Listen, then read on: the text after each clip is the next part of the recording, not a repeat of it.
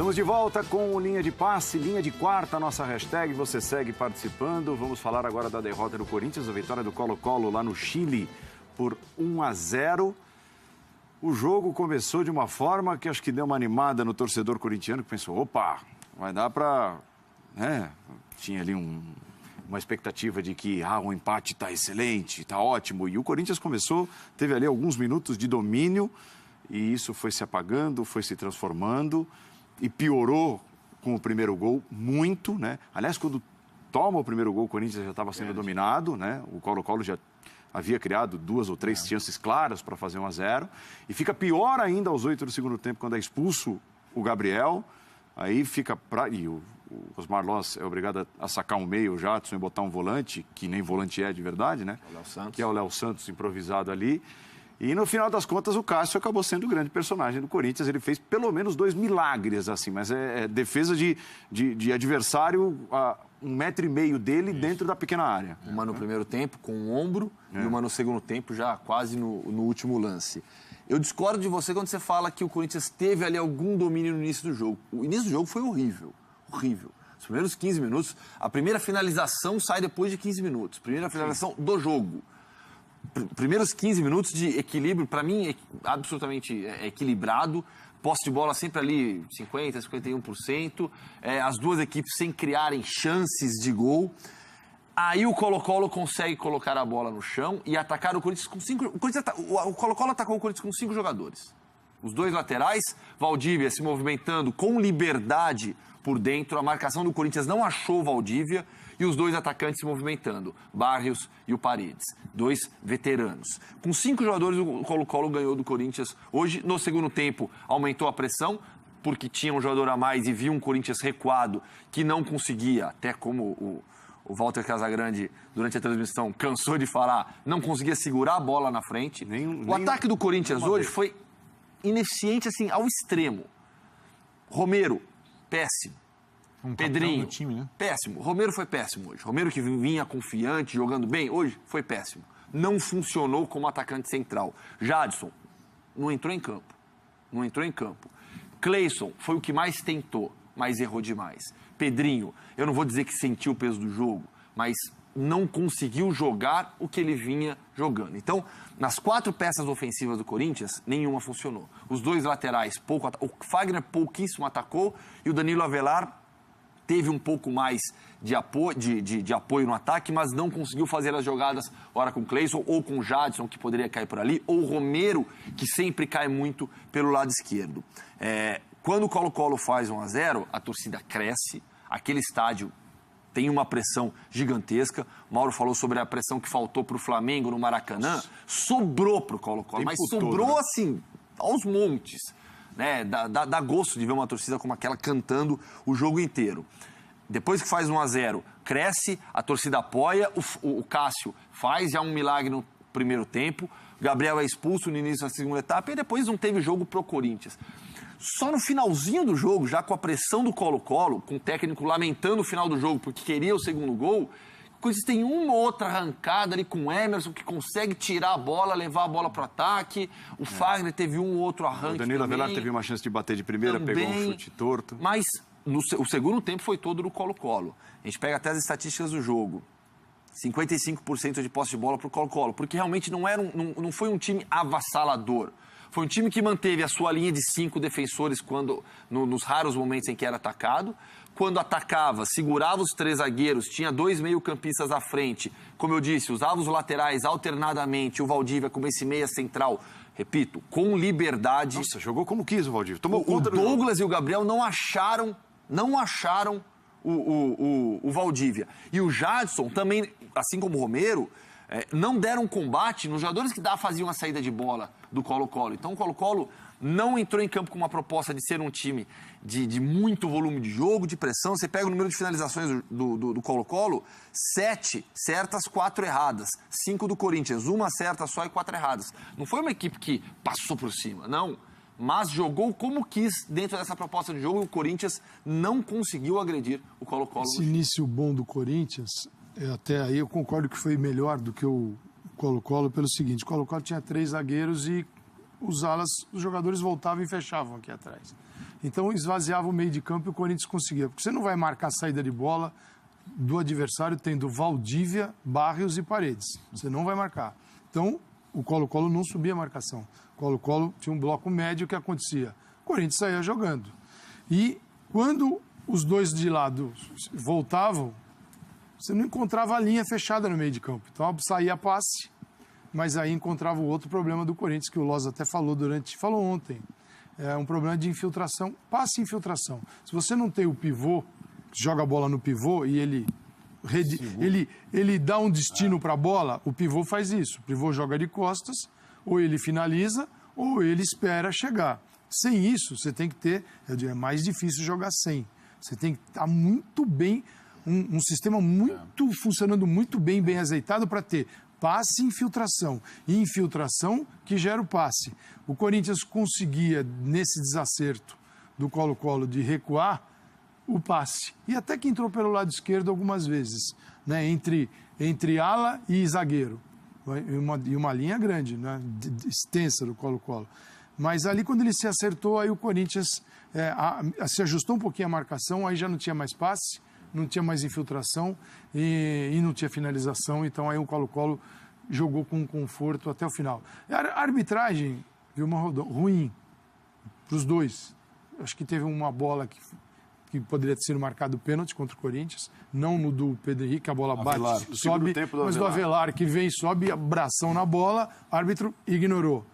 Expulsou o Gabriel, mas teve entradas também, teve uma entrada... Paredes, que ele pisa no Romero. Intencionalmente, e teve uma saída num contra-ataque que foi um carrinho, que é uma bola só de amarelo no Pedro Henrique, que tem ali a ação tática e também a violência da jogada. Então, assim, a arbitragem ruim para todos eles, não é que direcionou o jogo para um lado ou para o outro. É aquela arbitragem ruim como um todo que a gente vê. Então, o Corinthians tem que agradecer, levantar as mãos para o céu. Porque volta vivo, né? Ter saído com um razoável 3-0 seria o justo.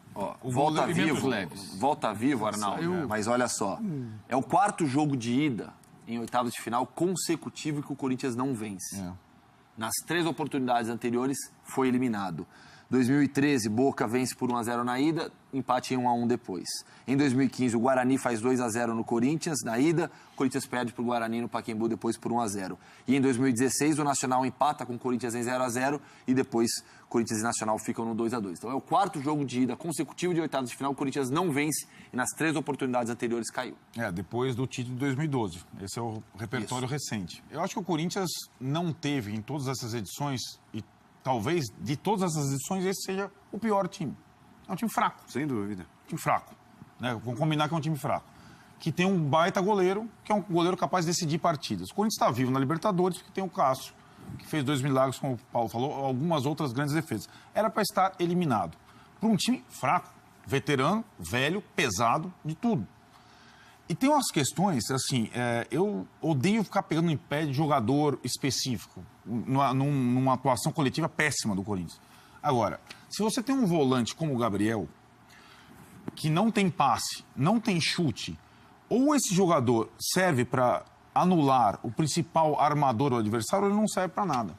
E o Gabriel, em várias partidas, então, assim, não dá pro Valdívia, com quase 40 anos, jogar com liberdade. Não dá. Como todo mundo sabia que o 10 do Colo-Colo é o Jorge Valdívia. Como ele joga?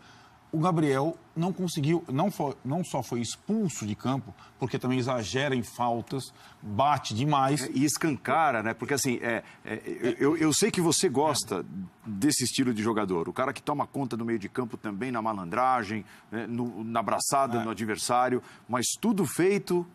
Com jeito, com parcimônia, com jeito. Quer ver? Para falar do Corinthians e o Rincon fazer isso. Claro. Tomava conta do meio de campo, jogava bola, muita bola e batia uma barbaridade. O Corinthians fez 2 partidas muito ruins depois da Copa do Mundo. Só 2. Contra o São Paulo e contra o Colo-Colo. O Gabriel foi péssimo nas 2. Mas péssimo. Contra o São Paulo ele foi um desastre. Ele proporcionou o segundo gol do São Paulo com uma... vinha jogando mal e entregou o time. Então, assim, o Corinthians perdeu o René Júnior naquela partida contra o São Paulo, que era outra opção para volante. O Ralf está voltando ainda. Mas o Corinthians, diante de todo esse cenário, o Corinthians está vivo e tem grandes chances de avançar. grandes, não, tem chance de avançar. Grandes. Porque não marcou o gol fora de casa. Então tem chance de avançar. Deve ter o Ralf nesse jogo da volta, que assim, vai ser mais difícil para o Valdívia. Não deverá ser essa moleza que o Valdívia... Agora, assim, todas essas situações de preferências, prioridades, escolhas, a do Corinthians é a mais óbvia desde o início. Quem está disputando 3 competições. Pela qualidade do time, pela situação que é a Copa do Brasil. Ganhou o primeiro jogo de 1-0 contra a Chapecoense. É um torneio que o Corinthians tem grande... Se passar na Libertadores, tem muito mais um confronto emocional em vista contra o Palmeiras, que seria uma catarse, do que propriamente chance. O Corinthians não vai ganhar a Libertadores, gente. Não dá para ganhar a Libertadores com esse time, não dá. Vai ganhar o Brasileiro.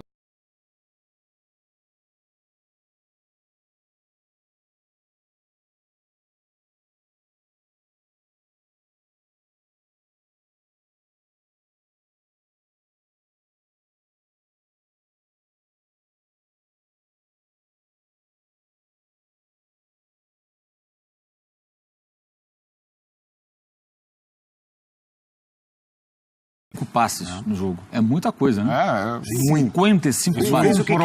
Comprova a impressão. Na jogada do gol, né? Que começa com os 2 lançamentos certos na partida. Aquele eu vou chamar de lançamento. Foi um lançamento. Foi um passe só. Eu fico imaginando, no jogo de volta, né? Se o jogo fica no 0-0, 0-0, vai começar a ter espaço para o Mago. E ele vai encher o saco, né? Ele vai jogar em Itaquera com que disposição? Para encher o saco. Ele vai encher o saco do Corinthians.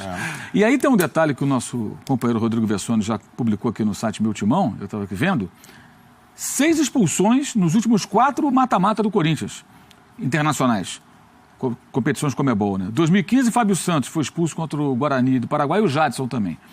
2016, o Fagner contra o Nacional do Uruguai. Ano passado, contra o Racing Sul-Americano, Rodriguinho e Jô. E hoje o Gabriel. Então são 4 confrontos internacionais e 6 expulsões já. E esse nem terminou. Nem terminou. E o Valdívia, né, passando chute no vácuo e tudo, porque esse tipo de jogo, para ele, é ótimo. Claro. Eu imagino que o Colo-Colo vai se preparar para se defender, deixá-lo ali flutuando ali à vontade, né? E ele vai receber a bola, vai catimbar, vai tentar dar um chute no vácuo, vai se jogar, vai ficar ali irritando. Se sai um gol do Corinthians, o jogo muda de cara. Mas se o jogo vai num 0-0 ali meio enfadonho, fica a afeição dele, né? Agora, eu acho que qualquer coisa que o Corinthians faça na Libertadores, gente, tá bom. Sim. Tá bom. O Corinthians, desmonta time, tem uma dívida enorme do estádio, não consegue fazer grandes investimentos. E é o atual campeão brasileiro, campeão paulista. Então, vamos combinar. Não dá para exigir do Corinthians o que se cobra do Cruzeiro, o que se cobra do Flamengo, o que se cobra do próprio Grêmio. Estão com times fortes, mesmo, com muitos investimentos, Palmeiras, com muito investimento. São momentos distintos. Né? O Corinthians teve os seus momentos de ser mais cobrado em Libertadores. Por exemplo, quando foi eliminado pelo Guarani do Paraguai.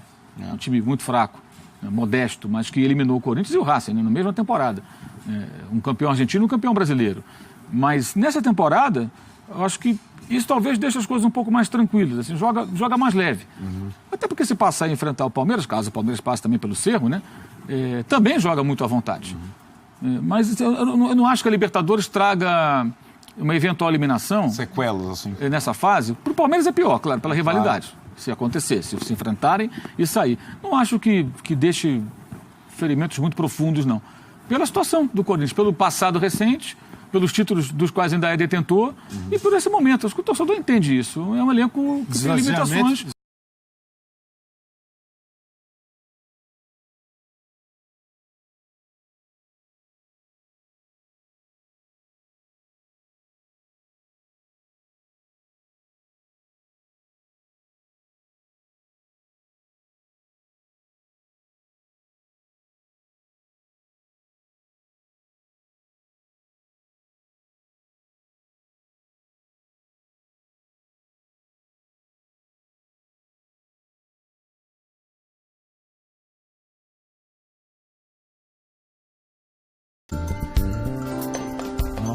Amanhã, 11h45. 11h40. Acabando o jogo, acabando o Palmeiras, que é o último jogo. Acabou a linha de passe desta quarta. Na quinta, tem linha de passe logo depois.